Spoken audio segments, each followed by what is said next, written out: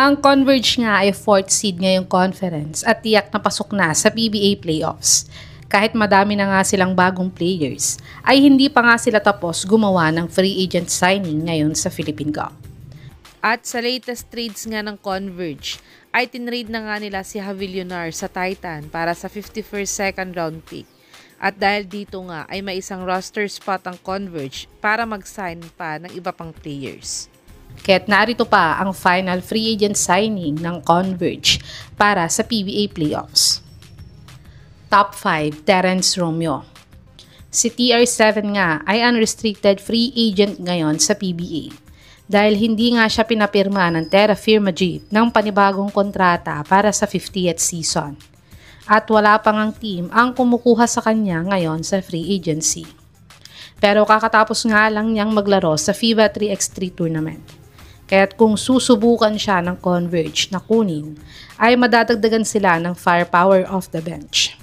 Uma-average si The Bro ng 9.5 points, 2 rebounds, 0.5 assists, 0.3 steals, 43% 3-point shooter at 75% free throw shooter sa last PBA 49 Philippine Cup.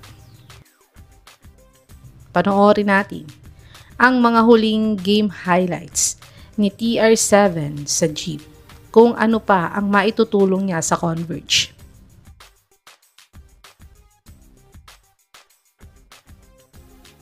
Top 4, Justin Chua. Si Chua nga ay wala ding team ngayon sa PBA matapos siyang bitawan ng Blackwater Bossing dahil hindi siya na-trade sa Titan Ultra ay wala pa ding team na kumukuha ngayon sa kanya. Sayang nga itong si Chua dahil former Defensive Player of the Year pa naman siya nang naglalaro pa siya sa Phoenix. Kaya't kung kailangan ng Converge ng defensive big man at tamang-tamang kunin nila ay itong si Chua. Uma-average si Chua ng 3.5 points, 1.9 rebounds, 0.3 assists, 0.2 steals, 0.2 blocks, 33 field goal percentage, 50% free throw shooter sa last PBA 49 Philippine Cup. Panoorin natin ang mga best basketball game highlights ni Chua sa PBA kung gaano siya kagaling na manlalaro.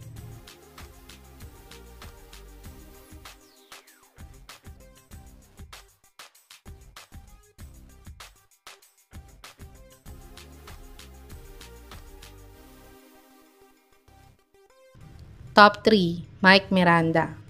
Si Mike nga ay unrestricted free agent ngayon sa PBA. Ito ay dahil nang matapos ang kanyang kontrata last month sa NLEX, ay hindi na siya binigyan ng extension contract at wala pa ding team na kumukuha sa kanya ngayon. Pero kung susubukan ng Converge na isign itong si Miranda, ay tiyak na madadagdagan ang shooting big man nila as team. Uma-average si Miranda ng 5.7 points, 2.2 rebounds, 0.2 blocks, 30% 3-point shooter, at 100% free throw shooter sa kanyang last PBA 49 Philippine Cup averages. Panoorin natin ang kaunting basketball game highlights ni Miranda sa NLEX kung gaano siya kagaling na big man.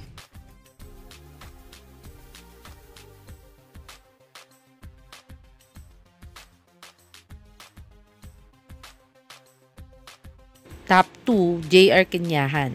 Matagal na ngang nawala si Kenyahan sa PBA. Ito ay matapos siyang maglaro dati sa ligang labas. Ay tinerminate na nga agad ang kontrata niya ng NLEX. Pero dahil nga sa ginawa niyang heroism sa mga kapitbahay at trabahador niya sa Cebu, ay biglang madaming fans nga ang nagre-request na ibalik daw sana si Kenyahan sa PBA.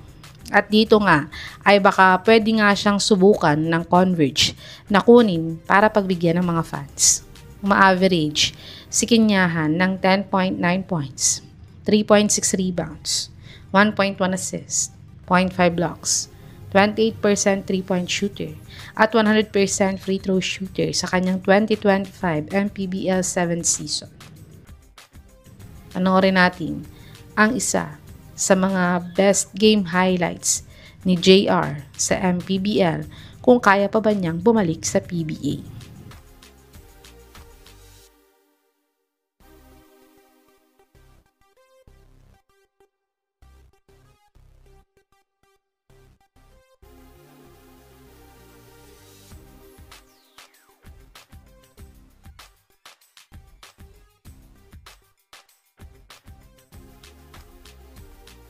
Top 1, Vic Manuel.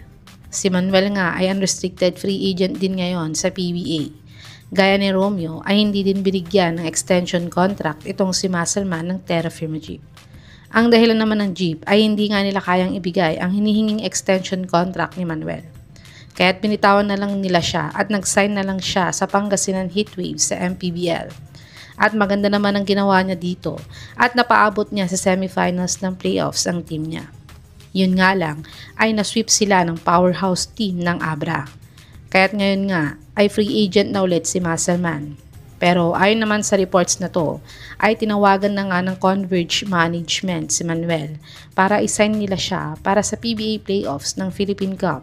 Pero pag-iisipan pa daw niya kung gusto niya pang bumalik sa PBA. Nag-average si Manuel ng 13.7 points, 4.7 rebounds, 1.1 assist, 0.8 steals, 0.2 blocks, 33% 3-point shooter at 61% free throw shooter sa kanyang 2025 MPBL 7th season. Panoorin natin ang isa sa mga best game highlights ni Musselman sa Pangasinan kung magiging fit nga ba siya sa Converge kung sakaling makuha nila siya.